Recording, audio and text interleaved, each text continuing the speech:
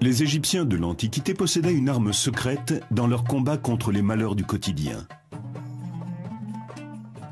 Pendant des milliers d'années, la magie a permis aussi bien aux rois qu'à la population de s'assurer santé, fortune, succès au combat et en amour. Le but de ces envoûtements d'amour était surtout sexuel. L'amour n'avait pas grand-chose à voir là-dedans. Après la disparition du dernier pharaon, les anciens rites perdurent, et la magie reste un outil puissant au cours des époques chrétiennes et islamiques. Cet ancien remède appelé le lait d'Isis était très connu encore au Moyen-Âge, et ce jusqu'au début de la médecine moderne. L'Égypte, pays des dieux et de la magie.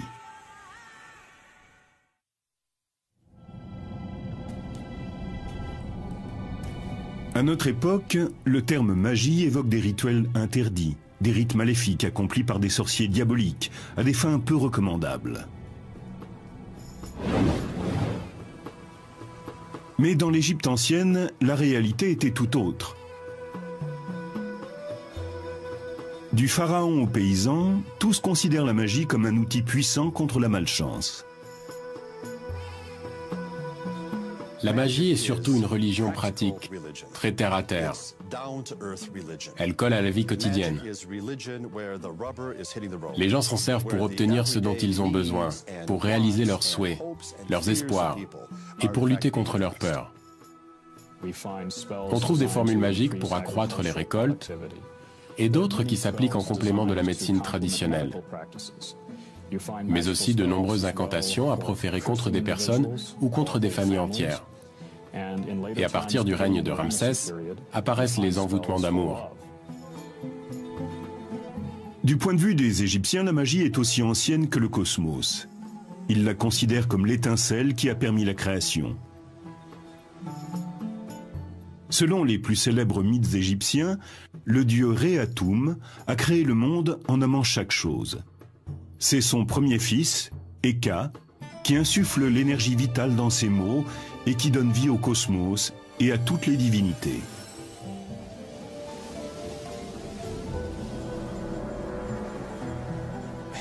Le rôle d'Hécate est de donner force à tout ce qui n'est encore que visuel.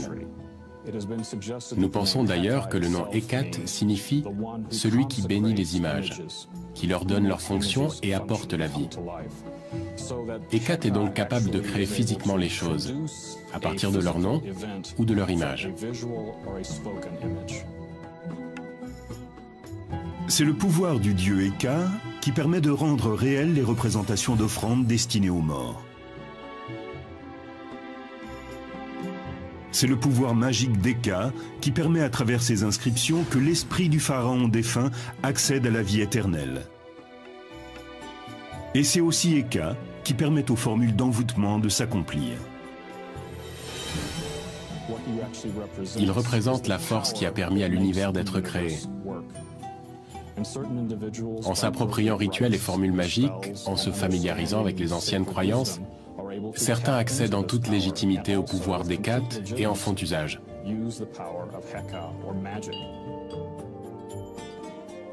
Pendant plus de 3000 ans, le pouvoir magique d'Eka est déclenché par des rituels officiels, destinés à protéger le pays, ainsi que par les incantations prononcées par les gens ordinaires.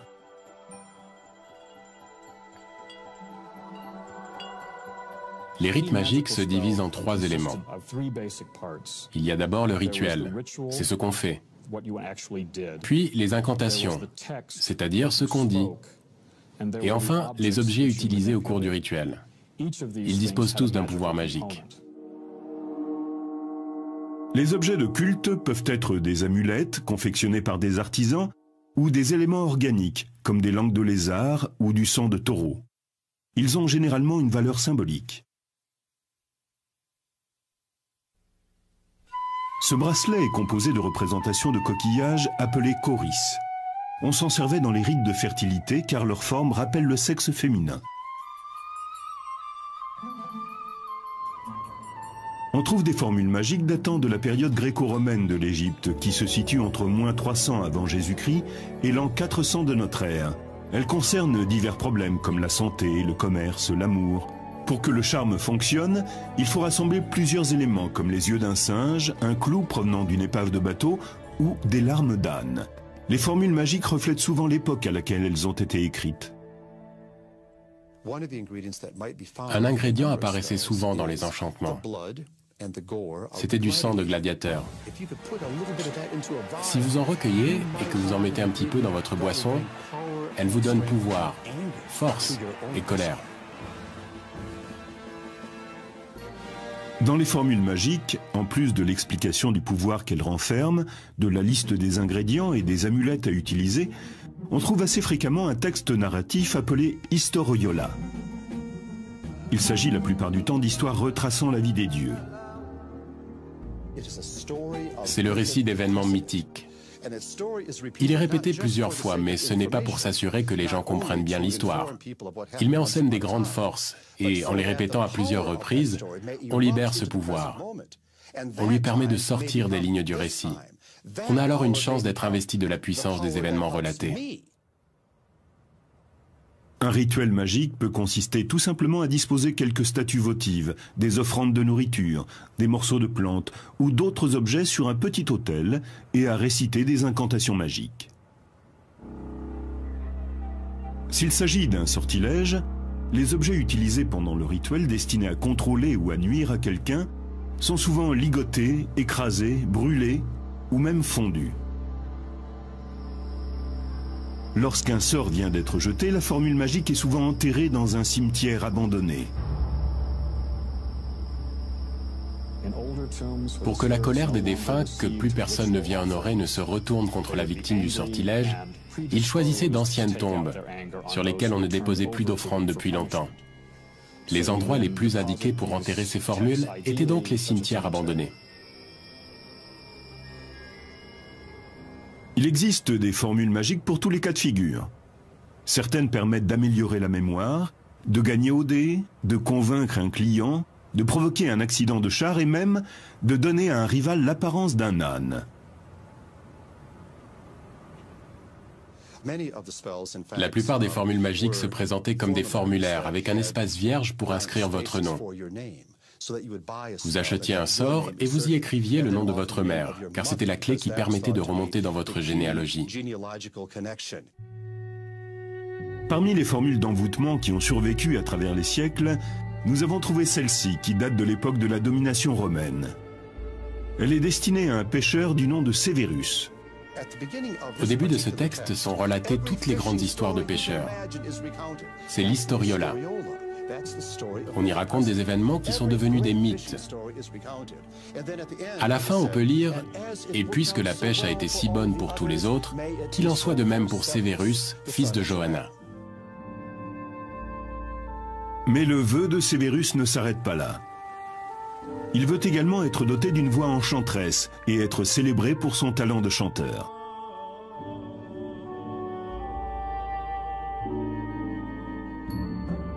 Ne les laisse pas me regarder partir, mais qu'ils scandent mon nom pour que je revienne chanter. Qu'ils ferment leur magasin pour assister à mon spectacle. L'image que nous nous faisons de Sévérus est celle d'un pêcheur frustré, las de lancer ses filets, qui désire devenir une vedette de la chanson et qui demande aux dieux et aux déesses d'intercéder en sa faveur, car sa voix n'est sans doute pas terrible. Nous ne saurons sans doute jamais si l'envoûtement a fonctionné, mais la foi dont cet homme fait preuve a été célébrée par les Égyptiens pendant 3000 ans. Les Égyptiens ont recours à la magie en n'importe quelle circonstance. Les formules utilisées sont littéralement calquées sur les premiers sorts jetés dans l'Égypte antique avec l'accord des pharaons. Ces sortilèges étaient destinés à écraser les ennemis étrangers.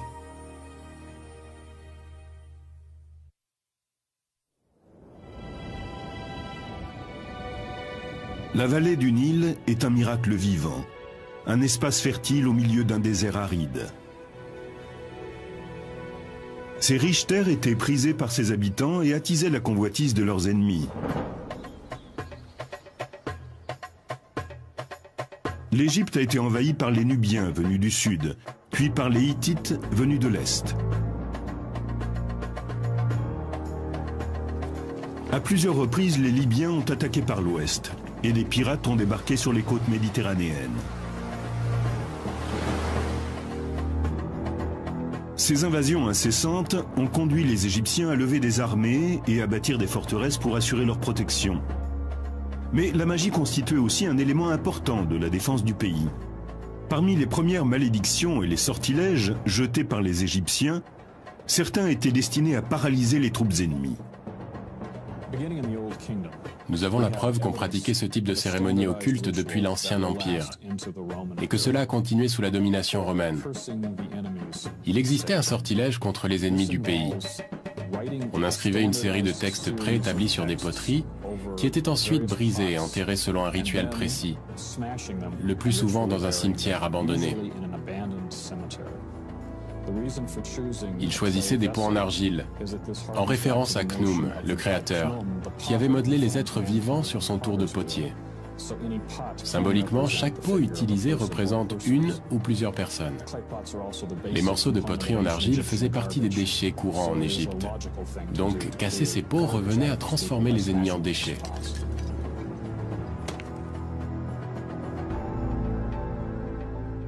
Les vestiges de ce rituel ont été découverts à Mirghissa, une ville située en territoire nubien tout près d'une forteresse égyptienne construite vers 1700 avant Jésus-Christ. Ce territoire appartient aujourd'hui au Soudan. Au cours des fouilles, on a découvert des morceaux de poterie en argile rouge. On peut y lire les formules d'une malédiction jetée aux Nubiens. Ils avaient été enterrés à côté de tombes abandonnées.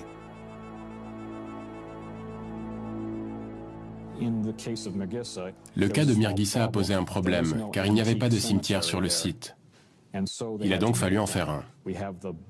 Nous avons découvert le corps d'un Nubien jeté sur le côté.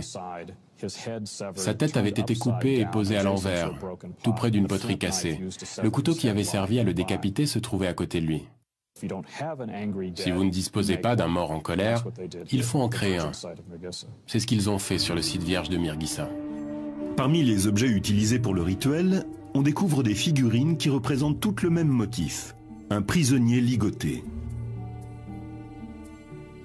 Ces statues sont en argile, en bois, en cire ou en pierre.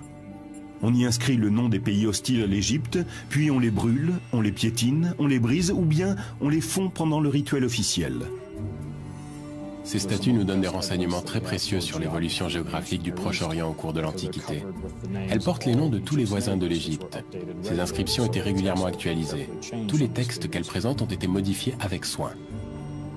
Les premières représentations magiques du prisonnier ligoté datent de 3100 avant Jésus-Christ, c'est-à-dire avant le début de l'Ancien Empire. Et on les retrouve ensuite à travers toutes les époques.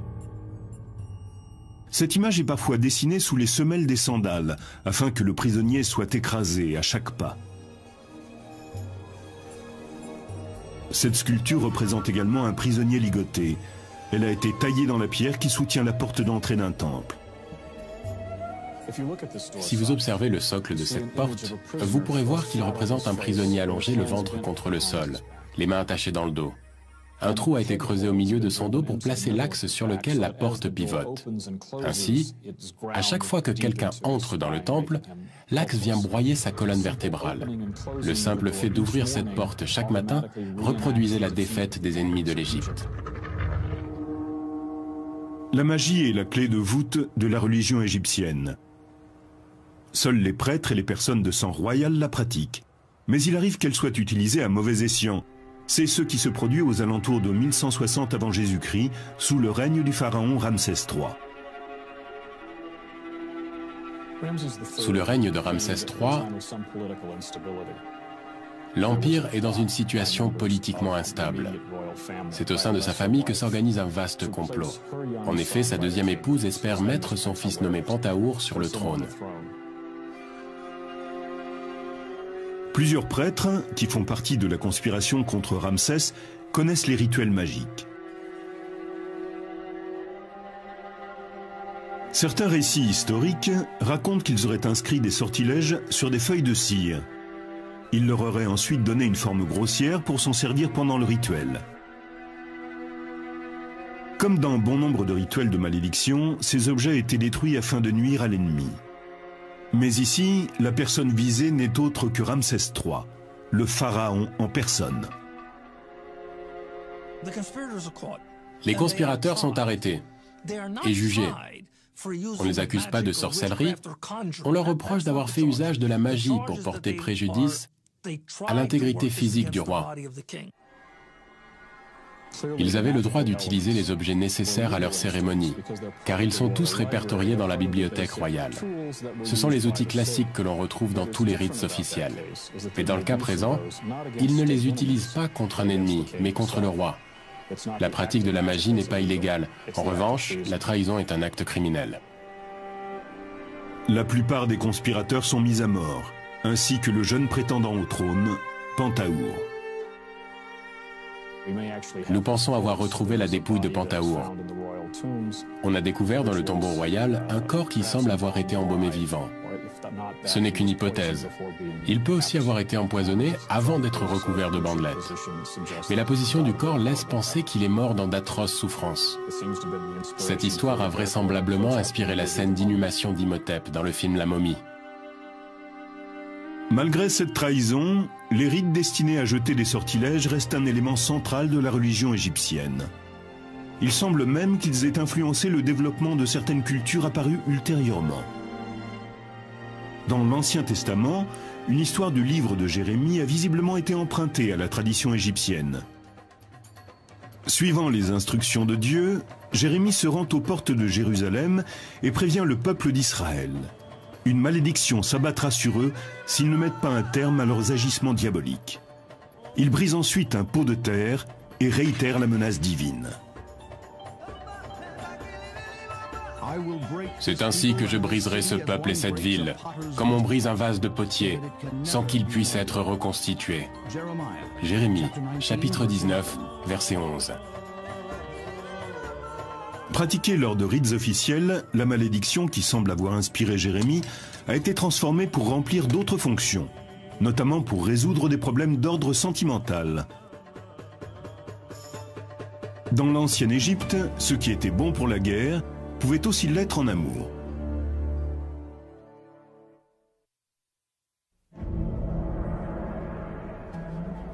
Le temple est le lieu où les forces magiques peuvent être libérées. C'est là que se déroulent les sortilèges officiels, là que l'on compose de nouvelles formules magiques et que l'on archive, copie et étudie les formules déjà existantes. Les prêtres sont les gardiens de ces puissantes traditions. Ils rédigent les textes magiques et les mettent en pratique. Pourtant, la magie n'est pas circonscrite à l'enceinte du temple. Seuls les prêtres les plus hauts placés dans la hiérarchie servent tout au long de l'année au sein même des temples. Les autres n'y séjournent que quelques mois et sont ensuite remplacés par un autre groupe de prêtres. 5 groupes peuvent ainsi se succéder sur une année. Le reste du temps, ils étaient libres de faire ce qu'ils voulaient. Ils pouvaient être fermiers, fonctionnaires, ou bien proposer leur talent dans le domaine de la magie. Ils étaient prêtres à temps partiel. Ils pouvaient assister aux différents rituels, y prendre part et même rédiger les formules qui devaient y être lues. Et en marge de cela, ils pratiquaient la magie au sein du peuple.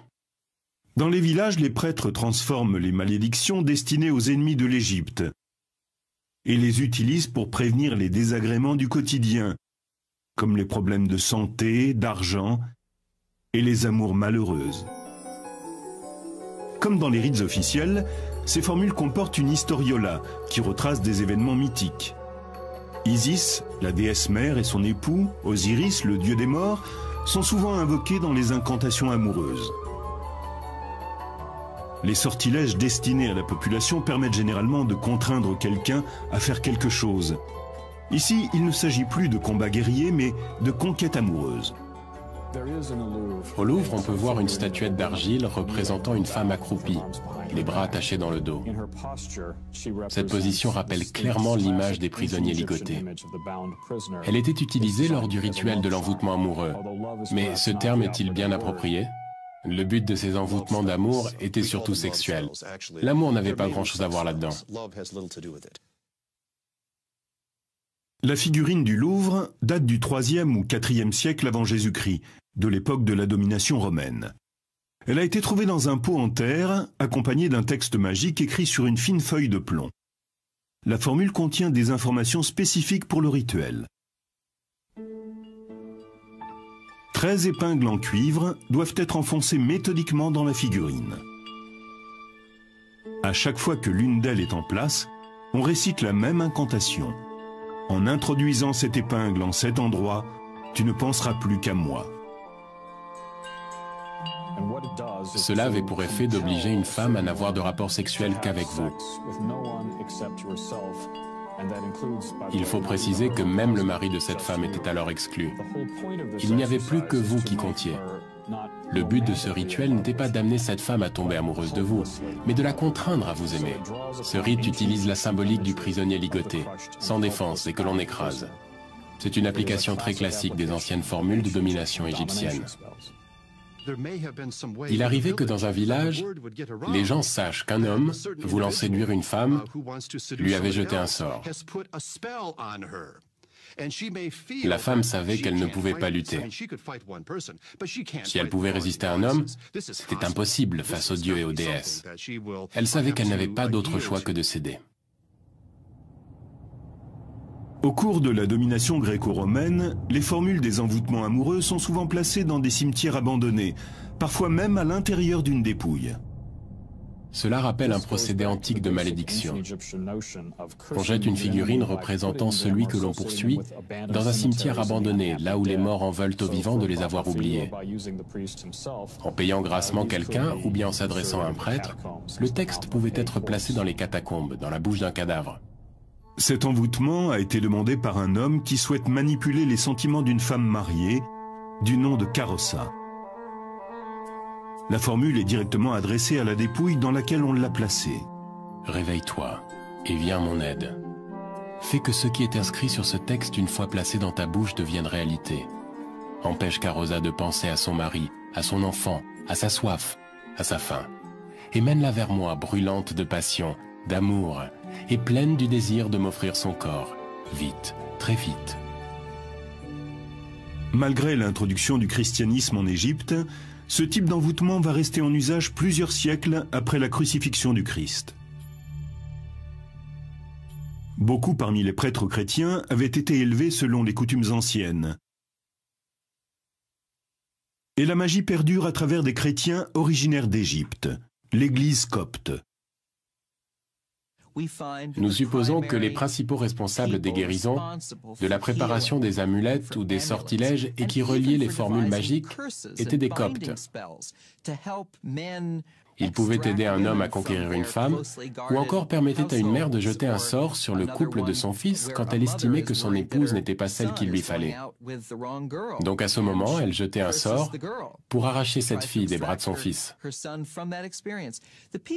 Il semble donc que toutes ces formules magiques auraient été écrites par des moines coptes. Ils étaient les Égyptiens lettrés de l'institution chrétienne. La magie a continué à être présente pendant la période copte, car les gens croyaient à ces méthodes. C'était une solution efficace pour la communauté. Elle n'était pas officiellement acceptée par l'Église copte, et elle ne l'a jamais été. Ces activités étaient pratiquées dans l'ombre et le sont encore aujourd'hui. Comme les grands prêtres des pharaons, les prêtres coptes enroulent un cordon autour des figurines, destinées au rituel, pour que la victime de l'envoûtement amoureux se soumette sexuellement. La plupart du temps, ces envoûtements sont effectués à la requête d'un homme désireux de bénéficier des faveurs d'une femme, mais ils peuvent aussi poursuivre d'autres objectifs. Les textes rédigés par les coptes proposaient différentes façons de ficeler les figurines. Si vous vouliez que votre adversaire devienne impuissant, alors vous passiez la ficelle autour de l'organe sexuel. Voici un de ces sortilèges. Le texte est rédigé en langage copte, on y trouve des références à Jésus-Christ, mais l'élément de magie est purement égyptien.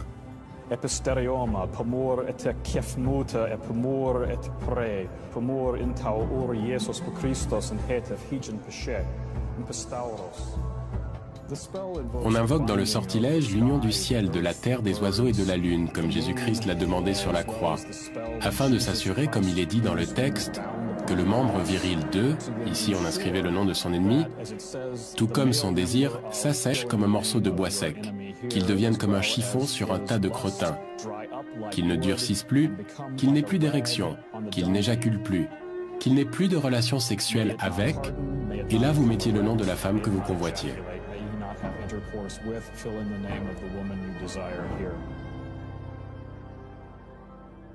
On constate que le sexe est un sujet prépondérant.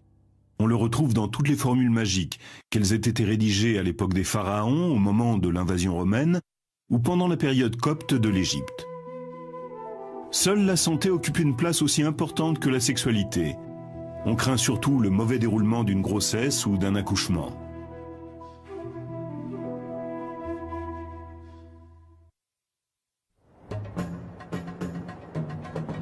Selon les textes égyptiens anciens, les dieux ont offert la magie aux humains pour leur permettre de faire face aux pièges que le destin leur réserve. La perte d'un être cher est probablement l'une des pires choses qui puissent arriver. Les causes de décès sont nombreuses, qu'il s'agisse d'un accident, d'une maladie ou encore d'une grossesse ou d'un accouchement qui se déroule mal. La mortalité infantile était telle qu'il valait mieux prendre toutes ces précautions, y compris recourir à la magie pour protéger la mère et son enfant pendant et après la grossesse. Nous avons découvert tout un éventail de formules magiques. Cette liste porte le nom de formules magiques pour la mère et son enfant. Une personne appelée le magicien de la crèche était chargée de les élaborer. Parmi les outils du magicien, il y a les baguettes magiques, comme celle-ci. Elles sont taillées dans des défenses d'hippopotame afin d'être liées à Taouret, la déesse protectrice de l'accouchement. On garde ces baguettes auprès de soi pour indiquer que la mère et son enfant bénéficient d'une protection magique.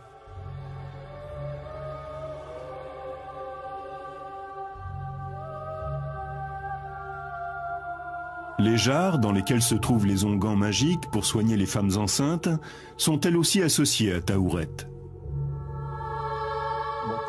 Elle représente une femme enceinte avec la silhouette de la déesse Taouret. Si bien qu'elles sont en partie femmes et en partie hippopotames. On disait que les onguents que l'on mettait dans les récipients pouvaient servir à soigner les vergetures. On retirait en quelque sorte l'huile du corps même de la déesse protectrice de l'accouchement. Et on l'appliquait sur la patiente qui était à son tour investie du pouvoir de Taouret. Ce genre d'association entre magie et médecine n'est pas un cas isolé. Sous l'Ancien Empire, certains physiciens sont aussi appelés prophètes d'Eka, le dieu de la magie. Comme dans les emboutements amoureux, les formules de guérison comportent une historiola. On y retrouve souvent les histoires d'Isis et d'Horus. Parmi les magnifiques histoires que l'on raconte au sujet de la déesse Isis et de son fils le dieu Horus, l'une d'elles explique comment Isis parvint à soigner Horus d'une piqûre de scorpion. On note un grand intérêt dans la magie égyptienne pour se protéger des piqûres de serpents et de scorpions. Le mythe d'Isis et d'Horus a inspiré l'un des remèdes magiques les plus puissants, le lait d'une mère ayant mis au monde un garçon. Bien sûr, on ne disposait pas toujours du lait de la mère d'un jeune garçon. Il existait donc de petites fioles de la forme d'une femme avec un enfant dans les bras. On mettait un autre type de lait dans ce récipient, mais au moment de le retirer, il se transformait en un lait venant de la mère d'un garçon. Et lorsqu'on accomplissait le rituel approprié et que l'on récitait l'historiola d'Isis et d'Horus, ce lait devenait le lait d'Isis. Cet ingrédient mythique a été utilisé longtemps après la disparition des pharaons.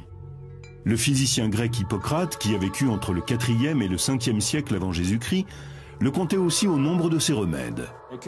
Le lait d'Isis est utilisé dans les pays occidentaux jusqu'au XVIIe siècle. Il apparaît pour la dernière fois en Angleterre dans des remèdes à base d'herbes. L'ancien fluide thérapeutique égyptien d'Isis est longtemps resté un traitement reconnu.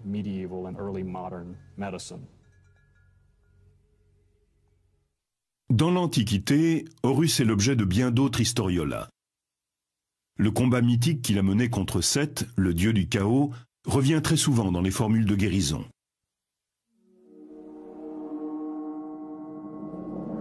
La légende raconte que Seth arracha un œil à Horus lors d'un terrible combat. Mais Thoth, le dieu de l'écriture et de la médecine, grâce à la magie, parvint à guérir son œil.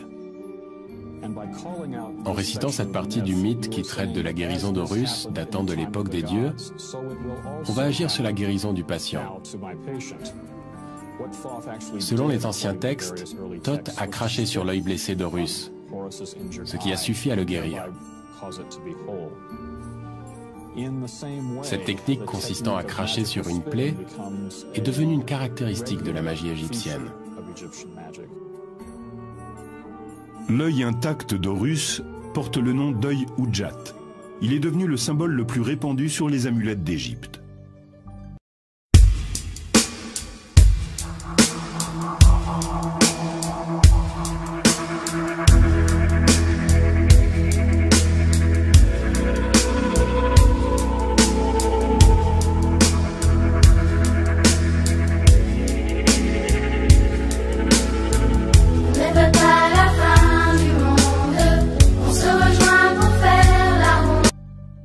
Aujourd'hui, l'œil Udjat fait partie de notre quotidien. Il apparaît encore sous cette forme dans les pharmacies. Comme l'œil Udjat, le rituel magique du crachat a été repris par d'autres cultures. On retrouve cette méthode du crachat dans le Nouveau Testament. Dans l'évangile de Marc, Jésus crache sur l'œil d'un aveugle pour le soigner, comme l'avait fait Thoth des siècles auparavant. Cette pratique magique est tellement répandue au Proche-Orient que l'on ne sait pas si Jésus s'est inspiré de la culture égyptienne ou si cette pratique vient bien de Palestine.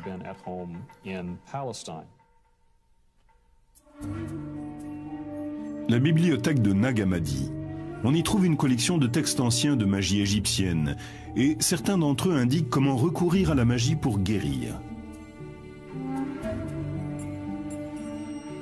Le livre secret de Jean contient une liste de 365 anges aux noms étranges, chacun d'eux associé à une partie du corps humain. L'œil gauche, Euronymous, l'oreille droite, la colonne vertébrale. Imaginez que vous ayez une douleur à l'épaule ou au genou. Il suffit de connaître le nom de la divinité chargée de cette partie du corps et de lui demander de la soigner. C'est encore bien plus simple si vous avez une pierre précieuse. Par exemple, une gemme magique rouge. Le rouge est assimilé au rein. Vous posez la pierre sur la partie malade de votre corps, on invoque les forces occultes et vous êtes guéri par la magie.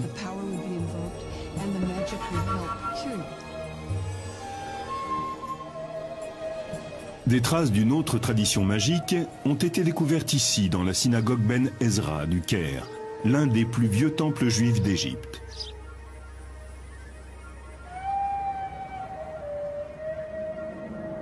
La loi juive impose d'enterrer les livres sacrés devenus obsolètes, selon un rituel particulier, ou bien de les conserver dans un dépôt appelé un Géniza. À Ben Ezra, le Géniza ne contient pas que des livres de prière. Il y a aussi de nombreuses formules magiques, des textes rédigés entre le 9e et le 13e siècle.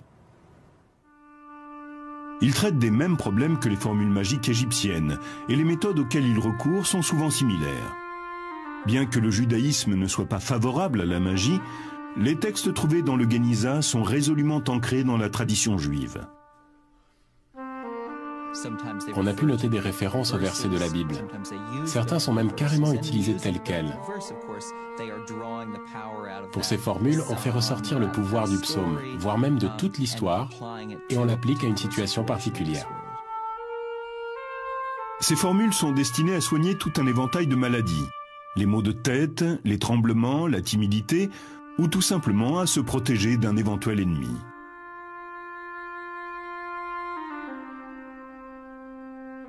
Les textes magiques du Géniza ont un point commun avec les textes coptes et ceux rédigés à l'époque des pharaons. Ils montrent tous la même révérence face à la puissance magique des mots. Plus tard, on retrouve le même respect dans l'une des nombreuses traditions magiques que l'Égypte ait connues, celle de l'islam populaire.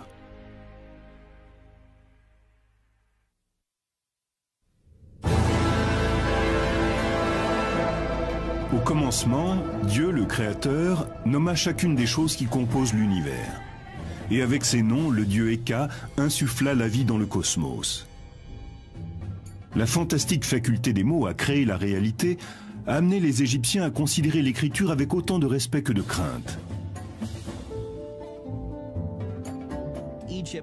Pour les Égyptiens, l'écriture était sacrée. Elle permettait d'accéder physiquement au pouvoir et aux histoires des dieux. Les hiéroglyphes sont des écritures sacrées. D'ailleurs, c'est ce que ce terme signifie. Toutefois, la plupart des Égyptiens ne savent pas lire. Ils doivent extraire le pouvoir des mots, comme ceux de la formule inscrite sur cette amulette d'Horus, sans être capables de les lire. Puisqu'ils ne pouvaient pas les lire, ils versaient de l'eau sur la surface de la stèle ou bien ils la plongeaient dans un récipient rempli d'eau. Le liquide se chargeait du pouvoir magique de la formule et ils n'avaient plus qu'à le boire. Cette ancienne coutume égyptienne, consistant à boire le texte des formules magiques, réapparaît à l'époque biblique. Le livre des Nombres de l'Ancien Testament décrit un procédé magique qui permet de tester la vertu d'une femme accusée d'adultère. D'abord, un prêtre verse dans un bol d'eau une pincée de terre recueillie dans le temple de Salomon. Ensuite, on y plonge un papyrus sur lequel est inscrit le sortilège, ce qui permet au texte de se dissoudre. La femme qui fait l'objet de l'accusation doit boire ce breuvage. On pensait que si elle a été infidèle, Dieu la maudira. Et que si elle vient à tomber enceinte d'un autre homme, elle n'arrivera jamais au terme de sa grossesse. Cette méthode nous ramène aux anciennes traditions égyptiennes. Une formule était inscrite sur un papyrus ou sur de l'argile, puis on la faisait dissoudre dans l'eau avant de la boire pour acquérir sa puissance, bénéfique ou destructrice. La magie juive attribuait elle aussi beaucoup de valeur à la puissance de l'écriture même. Et ceci a existé depuis des temps très anciens. L'hébreu ne se limite pas à la simple formulation de mots. Il est composé de lettres que les anges ont apportées sur terre, ou plutôt que Moïse a apportées et qui ont été tracées par la main de Dieu.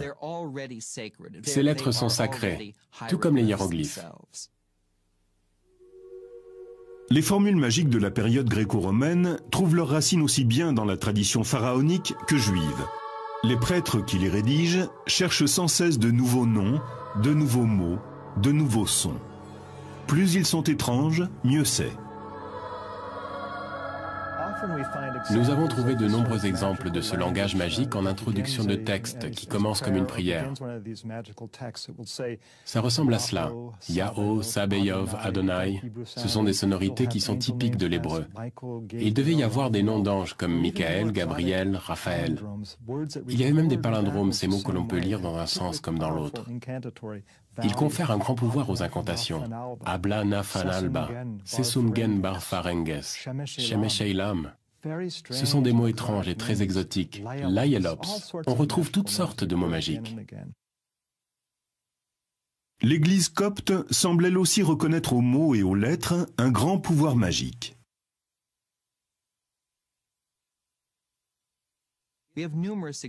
On trouve de nombreux exemples dans lesquels les premières lignes des évangiles sont inscrites dans le but d'invoquer le pouvoir des dieux chrétiens. Certains de ces textes sont utilisés comme une forme de pouvoir.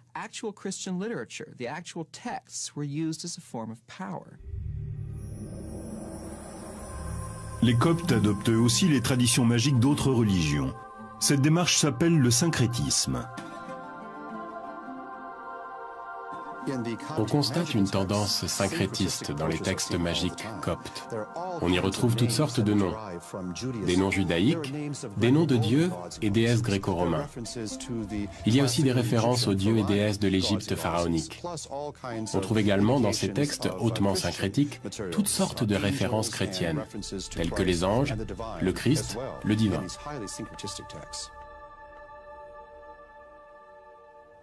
Il existe un exemple parfait de texte syncrétiste parmi les ouvrages mystiques de la bibliothèque de Nag Hammadi. Dans ce récit, il est question d'un jeune homme qui rend visite à Thoth, le dieu égyptien. Il cherche à atteindre la sagesse à travers le pouvoir magique des incantations. Dans ce texte, le jeune homme devait répéter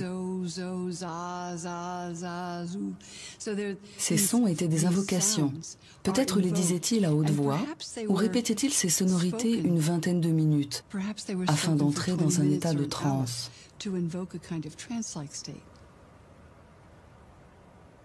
Même si la magie n'est pas officiellement approuvée par l'Église copte, elle survit et perdure jusqu'à la période islamique. Cette vision très ancienne, qui consiste à accorder à des textes un pouvoir magique, semble avoir été partagée par les musulmans d'Égypte. On en trouve des preuves dans des endroits très inattendus. Dans ce bâtiment se trouve un nilomètre qui permet de mesurer la profondeur du Nil. Construit en l'an 861 de notre ère, il a permis pendant plus d'un millénaire de prévoir les inondations, les famines ou l'abondance de nourriture. Les parties essentielles du nilomètre sont recouvertes de versets du Coran. Il est ici question de l'eau, de la végétation et de la prospérité.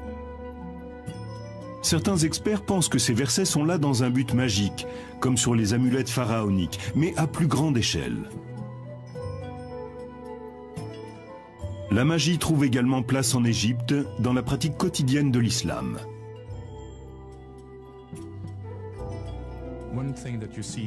Aujourd'hui encore, on peut voir des bols magiques sur lesquels sont écrits le nom de Mahomet ou celui d'Allah, ou encore un extrait du Coran. On y verse de l'eau, et en la buvant, on est investi d'une force positive.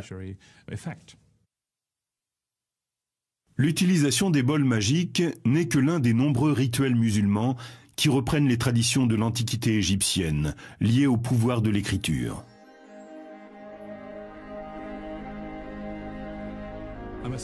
J'ai moi-même vu un homme pieux inscrire quelque chose sur un talisman.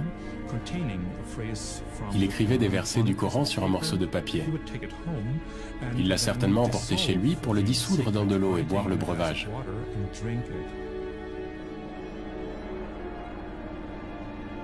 Il y a 5000 ans, les anciens Égyptiens ont eu recours à la magie pour éviter les pièges que le destin leur réservait. Au cours des siècles, et quelles que soient leurs croyances, les Égyptiens ont fait confiance à la magie pour améliorer leur santé, se protéger du malheur ou connaître la chance en amour. Tous ceux qui ont vécu sur cette terre ont ce lien entre eux, le désir de déjouer les pièges du destin en recourant à une puissance supérieure que l'on appelle magie ou parfois religion.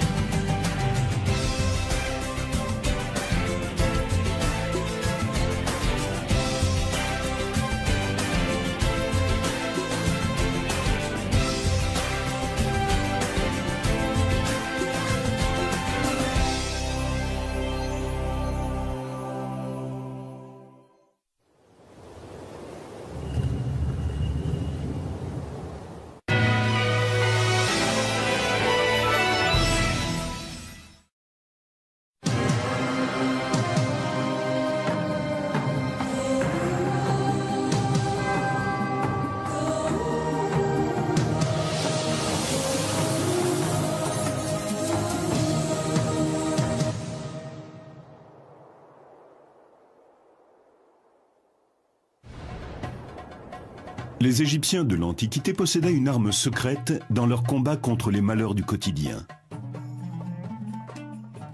Pendant des milliers d'années, la magie a permis aussi bien aux rois qu'à la population de s'assurer santé, fortune, succès au combat et en amour. Le but de ces envoûtements d'amour était surtout sexuel. L'amour n'avait pas grand-chose à voir là-dedans.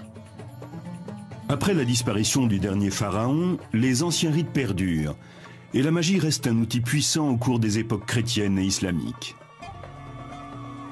Cet ancien remède appelé le lait d'Isis était très connu encore au Moyen-Âge, et ce jusqu'au début de la médecine moderne.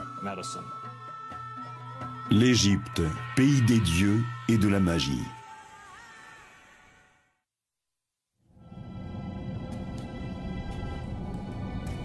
À notre époque, le terme magie évoque des rituels interdits, des rites maléfiques accomplis par des sorciers diaboliques, à des fins peu recommandables.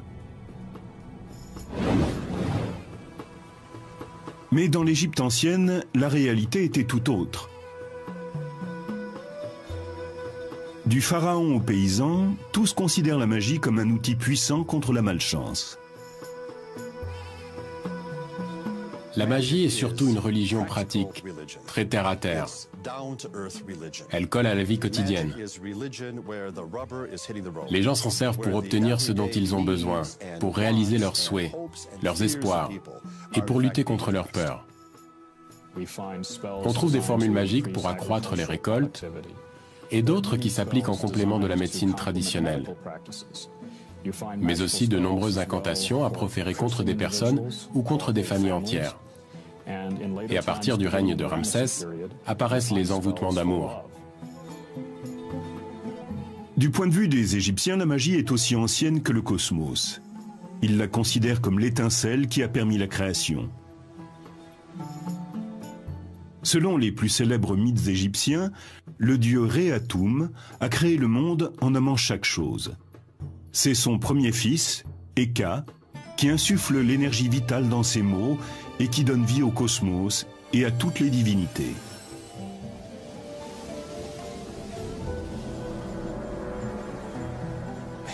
Le rôle d'Hécate est de donner force à tout ce qui n'est encore que visuel.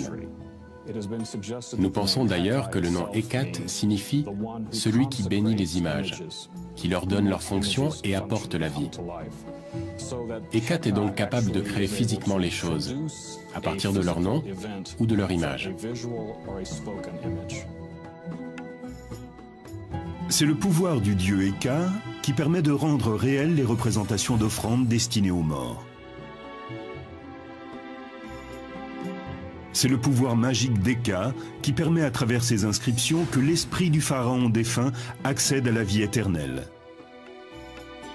Et c'est aussi Eka qui permet aux formules d'envoûtement de s'accomplir. Il représente la force qui a permis à l'univers d'être créé. En s'appropriant rituels et formules magiques, en se familiarisant avec les anciennes croyances, certains accèdent en toute légitimité au pouvoir d'Hécate et en font usage.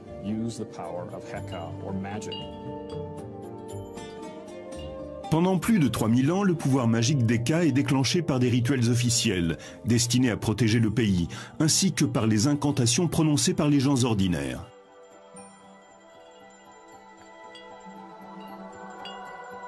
Les rites magiques se divisent en 3 éléments. Il y a d'abord le rituel, c'est ce qu'on fait. Puis les incantations, c'est-à-dire ce qu'on dit. Et enfin, les objets utilisés au cours du rituel. Ils disposent tous d'un pouvoir magique.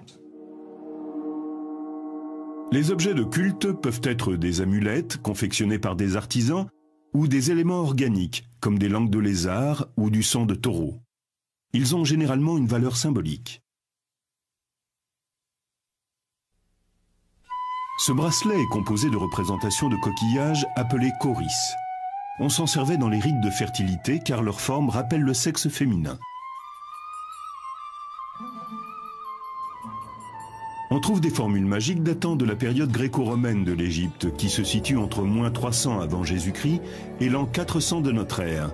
Elles concernent divers problèmes comme la santé, le commerce, l'amour. Pour que le charme fonctionne, il faut rassembler plusieurs éléments comme les yeux d'un singe, un clou provenant d'une épave de bateau ou des larmes d'âne. Les formules magiques reflètent souvent l'époque à laquelle elles ont été écrites. Un ingrédient apparaissait souvent dans les enchantements. C'était du sang de gladiateur. Si vous en recueillez et que vous en mettez un petit peu dans votre boisson, elle vous donne pouvoir, force et colère. Dans les formules magiques, en plus de l'explication du pouvoir qu'elles renferment, de la liste des ingrédients et des amulettes à utiliser, on trouve assez fréquemment un texte narratif appelé Historiola.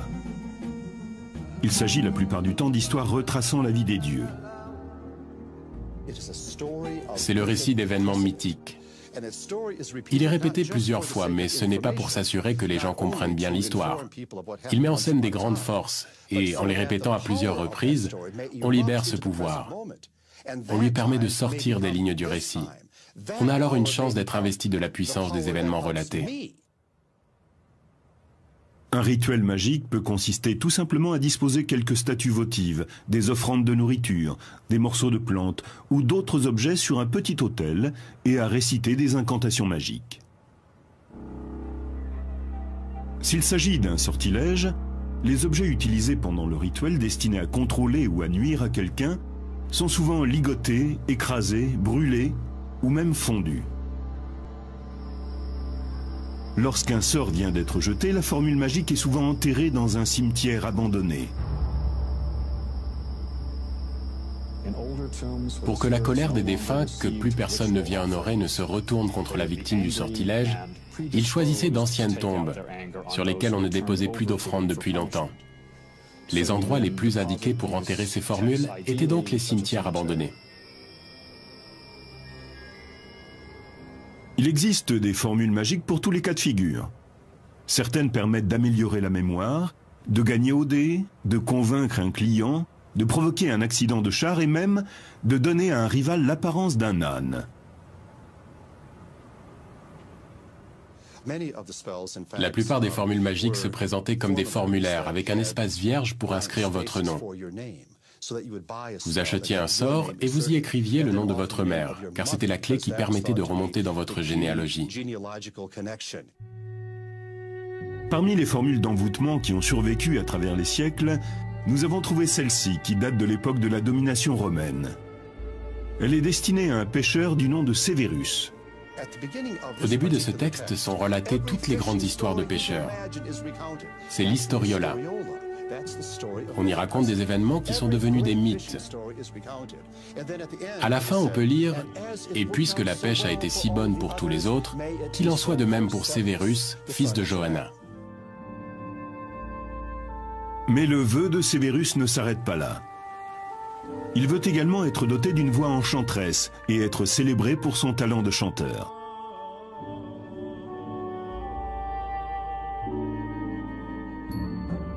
Ne les laisse pas me regarder partir, mais qu'ils scandent mon nom pour que je revienne chanter, qu'ils ferment leur magasin pour assister à mon spectacle.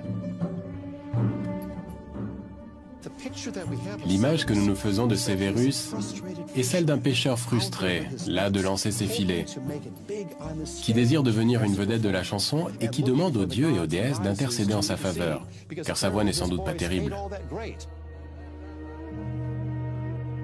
Nous ne saurons sans doute jamais si l'envoûtement a fonctionné, mais la foi dont cet homme fait preuve a été célébrée par les Égyptiens pendant 3000 ans. Les Égyptiens ont recours à la magie en n'importe quelle circonstance. Les formules utilisées sont littéralement calquées sur les premiers sorts jetés dans l'Égypte antique avec l'accord des pharaons. Ces sortilèges étaient destinés à écraser les ennemis étrangers.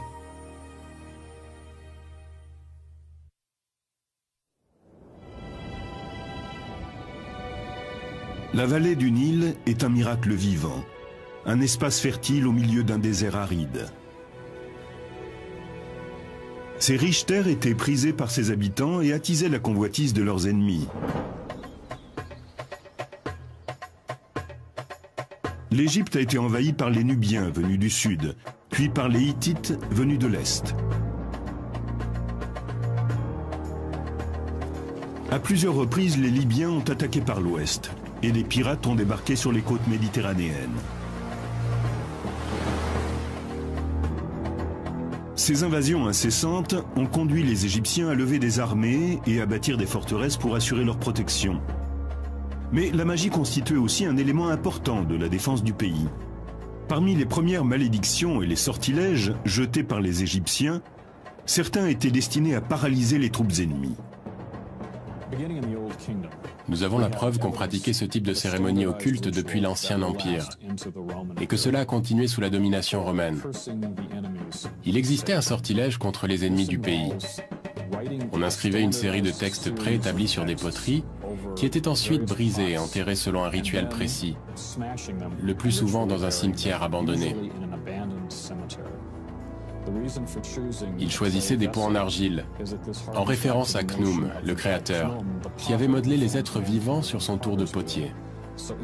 Symboliquement, chaque pot utilisé représente une ou plusieurs personnes. Les morceaux de poterie en argile faisaient partie des déchets courants en Égypte. Donc, casser ces pots revenait à transformer les ennemis en déchets.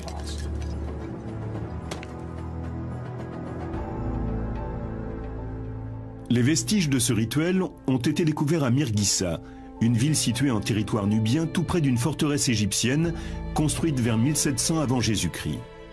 Ce territoire appartient aujourd'hui au Soudan. Au cours des fouilles, on a découvert des morceaux de poterie en argile rouge. On peut y lire les formules d'une malédiction jetée aux Nubiens. Ils avaient été enterrés à côté de tombes abandonnées.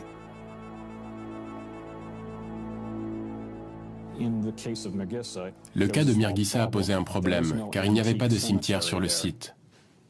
Il a donc fallu en faire un.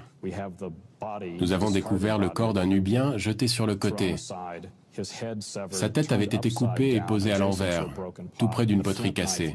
Le couteau qui avait servi à le décapiter se trouvait à côté de lui. Si vous ne disposez pas d'un mort en colère, il faut en créer un. C'est ce qu'ils ont fait sur le site vierge de Mirghissa.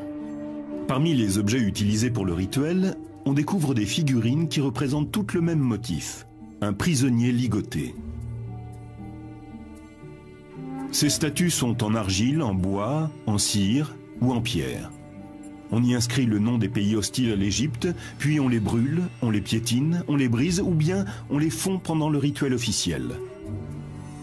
Ces statues nous donnent des renseignements très précieux sur l'évolution géographique du Proche-Orient au cours de l'Antiquité. Elles portent les noms de tous les voisins de l'Égypte. Ces inscriptions étaient régulièrement actualisées. Tous les textes qu'elles présentent ont été modifiés avec soin.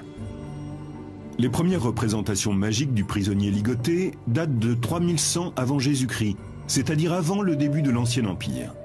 Et on les retrouve ensuite à travers toutes les époques. Cette image est parfois dessinée sous les semelles des sandales, afin que le prisonnier soit écrasé à chaque pas. Cette sculpture représente également un prisonnier ligoté. Elle a été taillée dans la pierre qui soutient la porte d'entrée d'un temple. Si vous observez le socle de cette porte, vous pourrez voir qu'il représente un prisonnier allongé, le ventre contre le sol, les mains attachées dans le dos. Un trou a été creusé au milieu de son dos pour placer l'axe sur lequel la porte pivote. Ainsi, à chaque fois que quelqu'un entre dans le temple, l'axe vient broyer sa colonne vertébrale. Le simple fait d'ouvrir cette porte chaque matin reproduisait la défaite des ennemis de l'Égypte. La magie est la clé de voûte de la religion égyptienne. Seuls les prêtres et les personnes de sang royal la pratiquent. Mais il arrive qu'elle soit utilisée à mauvais escient. C'est ce qui se produit aux alentours de 1160 avant Jésus-Christ, sous le règne du pharaon Ramsès III. Sous le règne de Ramsès III, l'Empire est dans une situation politiquement instable. C'est au sein de sa famille que s'organise un vaste complot. En effet, sa deuxième épouse espère mettre son fils nommé Pentaour sur le trône. Plusieurs prêtres, qui font partie de la conspiration contre Ramsès, connaissent les rituels magiques. Certains récits historiques racontent qu'ils auraient inscrit des sortilèges sur des feuilles de cire. Ils leur auraient ensuite donné une forme grossière pour s'en servir pendant le rituel. Comme dans bon nombre de rituels de malédiction, ces objets étaient détruits afin de nuire à l'ennemi.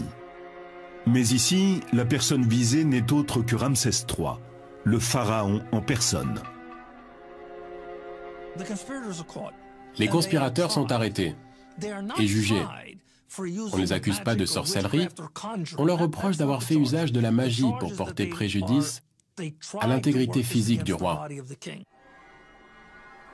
Ils avaient le droit d'utiliser les objets nécessaires à leur cérémonie, car ils sont tous répertoriés dans la bibliothèque royale. Ce sont les outils classiques que l'on retrouve dans tous les rites officiels. Mais dans le cas présent, ils ne les utilisent pas contre un ennemi, mais contre le roi. La pratique de la magie n'est pas illégale. En revanche, la trahison est un acte criminel. La plupart des conspirateurs sont mis à mort, ainsi que le jeune prétendant au trône, Pentaour. Nous pensons avoir retrouvé la dépouille de Pentaour. On a découvert dans le tombeau royal un corps qui semble avoir été embaumé vivant. Ce n'est qu'une hypothèse. Il peut aussi avoir été empoisonné avant d'être recouvert de bandelettes. Mais la position du corps laisse penser qu'il est mort dans d'atroces souffrances. Cette histoire a vraisemblablement inspiré la scène d'inhumation d'Imhotep dans le film La Momie. Malgré cette trahison, les rites destinés à jeter des sortilèges restent un élément central de la religion égyptienne. Il semble même qu'ils aient influencé le développement de certaines cultures apparues ultérieurement. Dans l'Ancien Testament, une histoire du livre de Jérémie a visiblement été empruntée à la tradition égyptienne. Suivant les instructions de Dieu, Jérémie se rend aux portes de Jérusalem et prévient le peuple d'Israël. Une malédiction s'abattra sur eux s'ils ne mettent pas un terme à leurs agissements diaboliques. Il brise ensuite un pot de terre et réitère la menace divine. C'est ainsi que je briserai ce peuple et cette ville, comme on brise un vase de potier, sans qu'il puisse être reconstitué. Jérémie, chapitre 19, verset 11. Pratiquée lors de rites officiels, la malédiction qui semble avoir inspiré Jérémie a été transformée pour remplir d'autres fonctions, notamment pour résoudre des problèmes d'ordre sentimental. Dans l'ancienne Égypte, ce qui était bon pour la guerre pouvait aussi l'être en amour.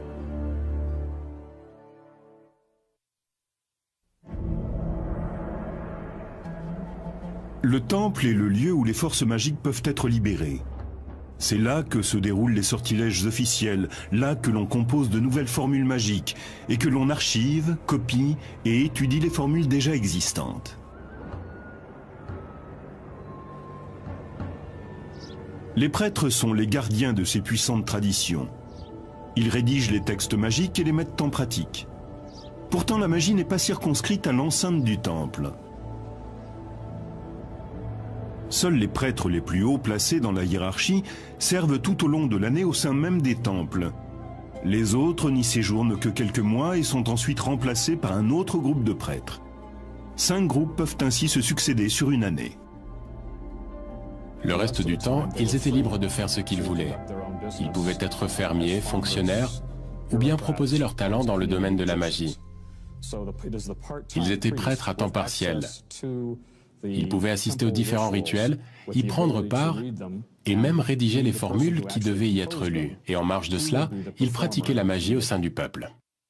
Dans les villages, les prêtres transforment les malédictions destinées aux ennemis de l'Égypte et les utilisent pour prévenir les désagréments du quotidien, comme les problèmes de santé, d'argent et les amours malheureuses. Comme dans les rites officiels, ces formules comportent une historiola qui retrace des événements mythiques. Isis, la déesse mère, et son époux, Osiris, le dieu des morts, sont souvent invoqués dans les incantations amoureuses. Les sortilèges destinés à la population permettent généralement de contraindre...